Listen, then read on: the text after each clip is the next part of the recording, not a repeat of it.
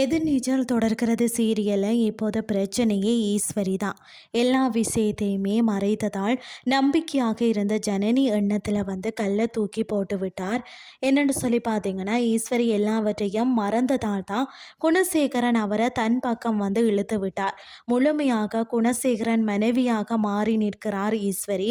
கடைசி எபிசோட்ல ஜனனி குணசேகரன் பற்றி ஈஸ்வரி மறந்த எல்லா விஷயத்தையுமே கூறுகிறார்.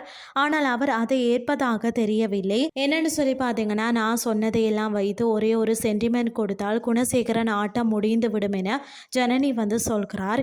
ஈஸ்வரியோ எனக்கு அவர் எப்படிப்பட்டவர், என்ன எப்படி நடத்தினார் எல்லாம் ஞாபகம் இருக்கு என கூறுகிறார்.